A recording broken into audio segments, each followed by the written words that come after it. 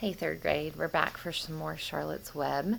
We are currently now on chapter 9 called Wilbur's Boast, and we're going to learn a little bit about what is going to save Wilbur from his untimely death as a Christmas ham. Hopefully you were able to look over the vocab words. Furthermore, boasting, oblige, summoning. Again, after the last video, I asked you to look up boast.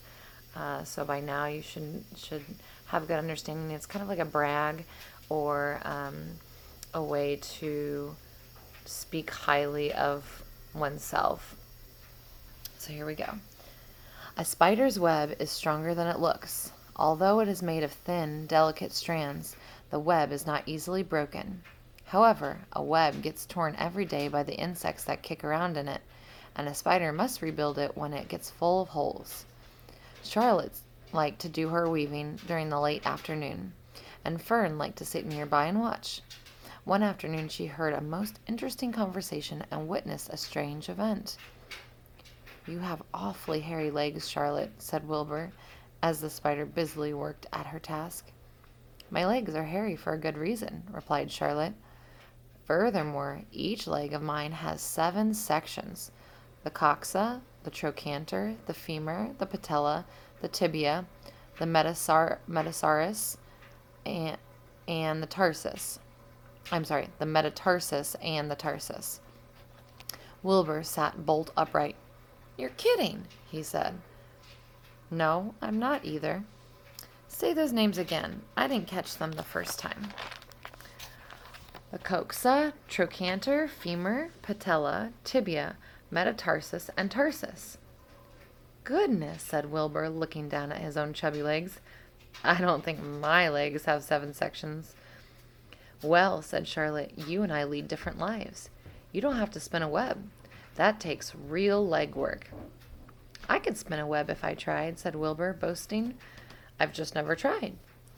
"Let's see you do it," said Charlotte.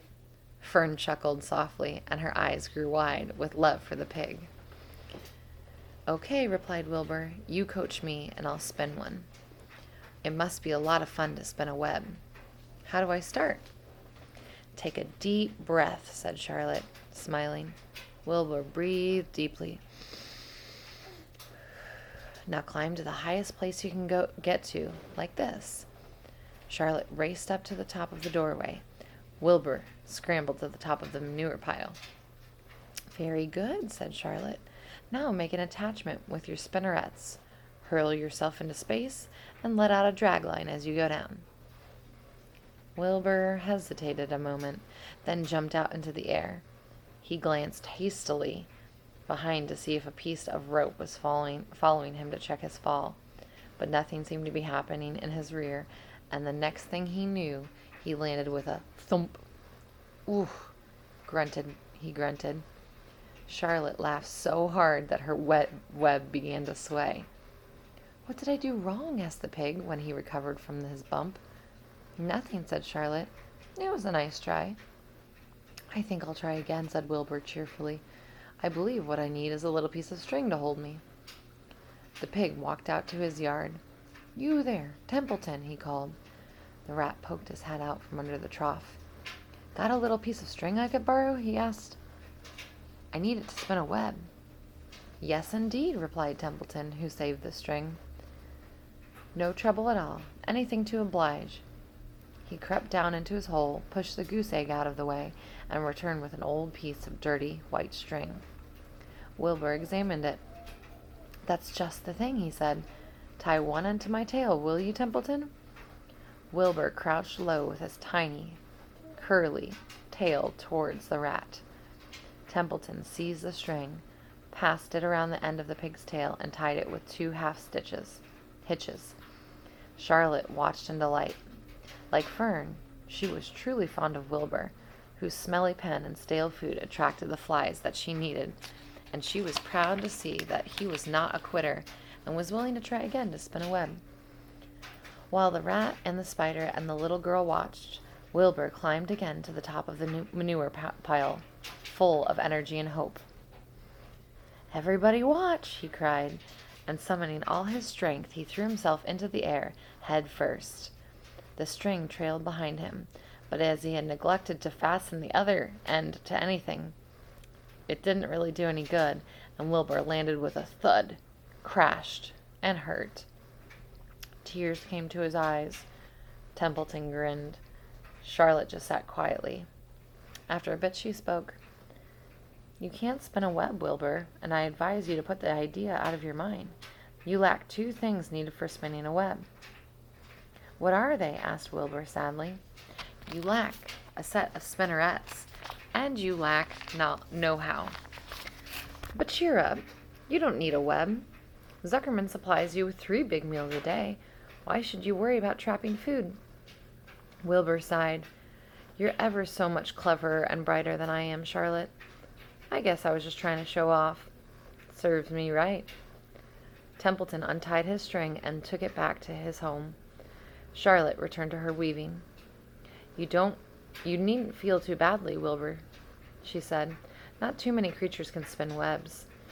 Even men aren't as good at it as spiders, although they think they're pretty good. And they'll try anything. Did you ever hear of the Queensboro Bridge?" Wilbur shook his head. "Is it a web?" "Sort of," replied Charlotte. "But do you know how long it took men to build it? 8 whole years. My goodness, I would have starved to death waiting that long. I can make a web in a single evening." "What do people catch in the Queensboro Bridge? Bugs?"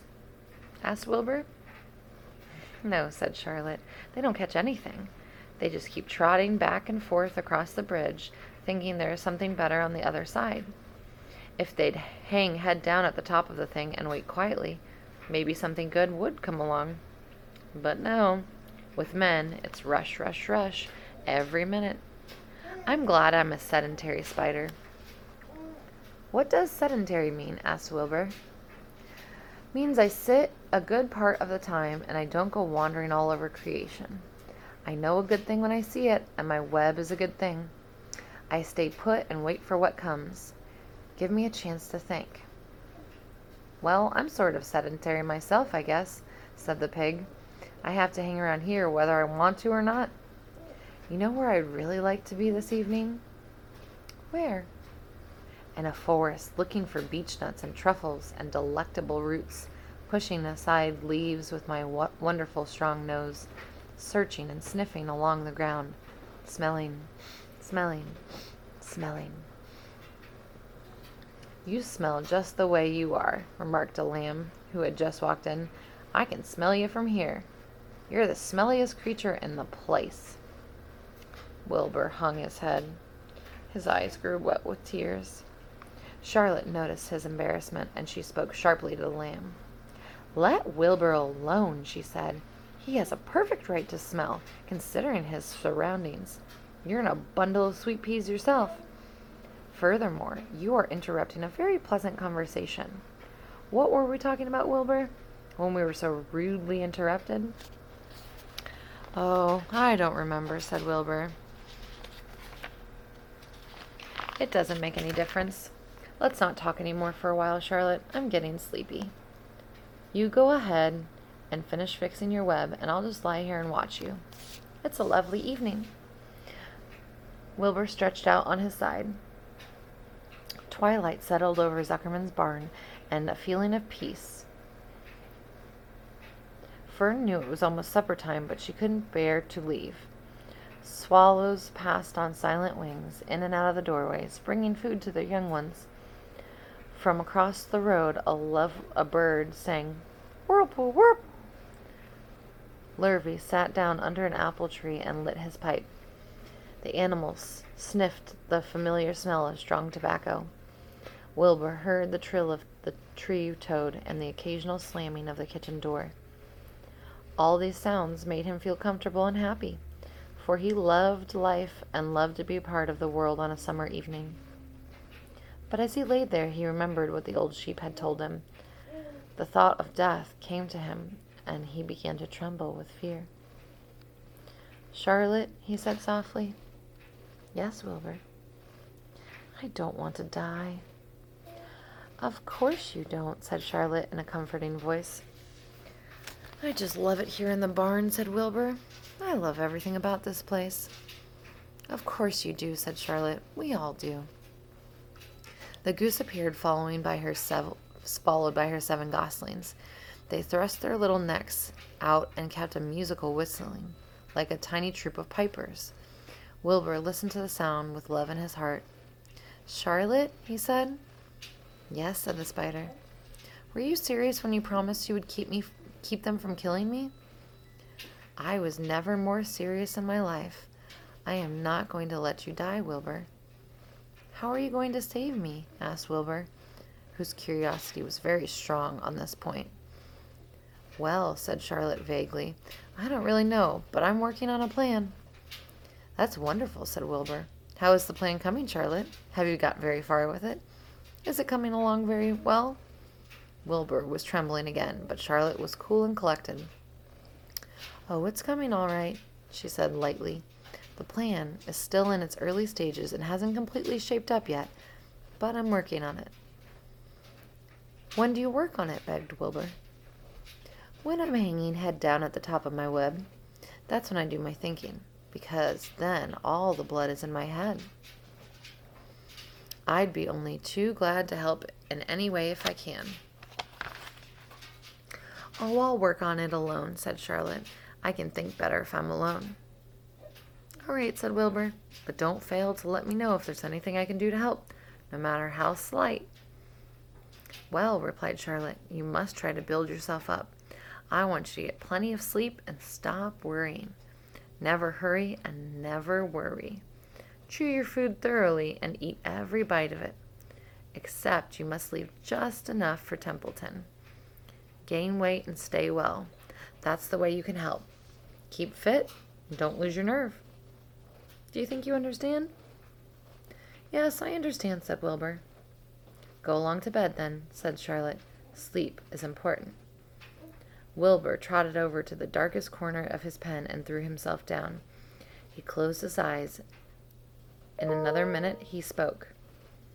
Charlotte, he said. Yes, Wilbur. May I go out to my trough and see if I left any of my supper? I think I left just a tiny bit of mashed potato. Very well, said Charlotte, but I want you in bed again without delay. Wilbur started to race out to his yard. Slowly, slowly, said Charlotte. Never hurry and never worry. Wilbur checked himself and crept slowly to his trough.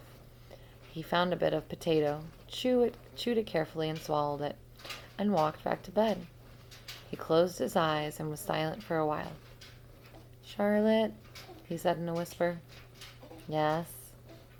May I get a drink of milk? I think there are a few drops of milk left in my trough. No, the trough is dry, and I want you to go to get some sleep. No more talking. Close your eyes and go to sleep. Wilbur shut his eyes. Fern got up from her stool and started for home, her mind full of everything she had seen and heard. Good night, Charlotte, said Wilbur. Good night, Wilbur. There was a pause. Good night, Charlotte. Good night, Wilbur. Good night. Good night. I really enjoyed this chapter because there were many things to learn from it. I think Charlotte's advice of never hurry, never worry. I think that's something that's really, really challenging to learn on your own, but really important, knowing especially that we're children of God and He's always going to take care of us, so we have nothing to worry about. And hurrying normally tends to lead to making choices quickly without listening or thinking to what God would want us for us. And sometimes it even tends to hurt yourself or other people. So don't hurry and don't worry. I really like that. Definitely something to think about there. Also, the engineering part. There is clearly a lot of talk about the bridge being built and Charlotte's Web being created. So I'm going to assign some engineering tasks as a part of some STEM assignments this week on Seesaw. So definitely check those and give me some feedback. I'd love to hear back from you guys about how you're enjoying Charlotte's Web. Love you guys. Miss you. Bye.